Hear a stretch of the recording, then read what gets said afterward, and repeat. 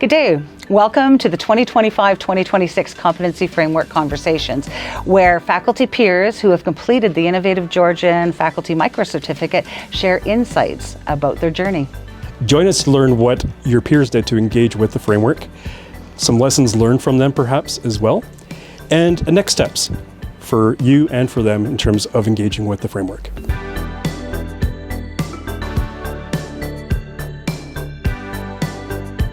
I think the thing that kind of attracted me to that process was the opportunity to kind of reconnect with my teaching practice. And I think, and to kind of intentionally reflect on what's gone on the last 10 years and how have I grown as an educator, but also how have my colleagues supported me in that growth, and what have I learned from my students. And I think sometimes in the day-to-day we kind of miss the opportunity to think intentionally about that. So this was a great opportunity to do that.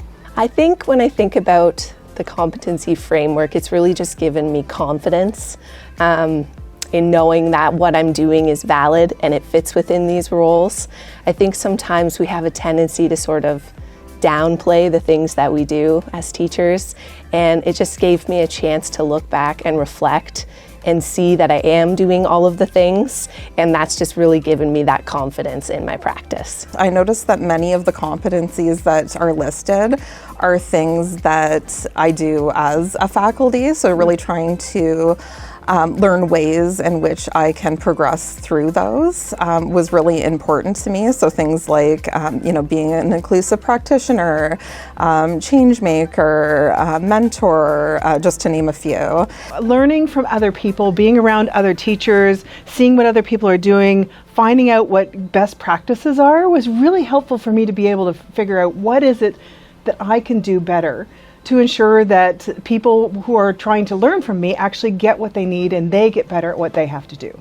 I think that sometimes we need to be in a space where you're sharing with other colleagues and listening to some of the guidance that the instructors have for you for this model. It's not input in, right? Like, it's really a guiding framework for stepping out and looking back.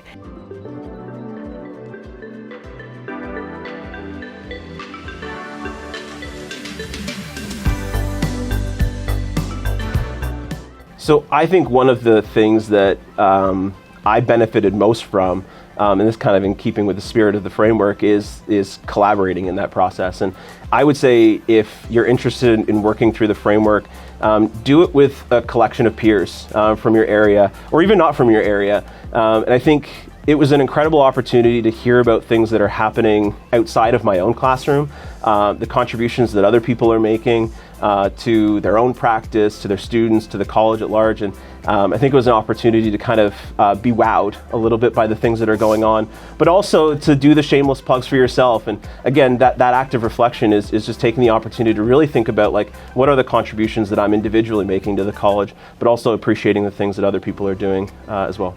Well, I think when I think about the competency, it's kind of like a guideline for us. So each time we go into a new semester, I see myself as kind of looking back at all the roles, using it as sort of a checklist to see what I'm doing and maybe make some goals for how I can become more transforming in some of those areas, maybe add to what I'm already doing as well. So one of the competencies that I really aligned with would be the change-making competency. I advocate for equity, diversity, justice, inclusion, and belonging within all of the work that I do. And so it really resonated with me to find ways in which I could carry over some of that within my own teaching practice. Because I'm a business owner and I teach business and entrepreneurship, the components of what I learn are really important to everything that I do. And I wanted to be able to create something that made sure that I was relevant as the world around me changed, because, well, we all know it just seems to be speeding up. So if I'm not spending time learning what else there is to know so that the people that I'm trying to help, I mean, if my purpose in life is to help other people and I can't do it because I don't know what's happening right now, then I become irrelevant and it doesn't make me very good at what I do. And so I would encourage people to be be prepared to be surprised. Like when I started mining, looking for things in my, huge SharePoint or in my courses, I was like, oh, I forgot about this, or it kind of brings you back some joy.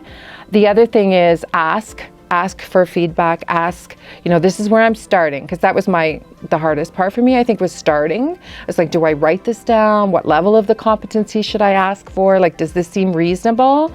So ask the people leading the courses, but also the other people in the course were very rich. You brought in some people that had done it before or that were in the process of doing it.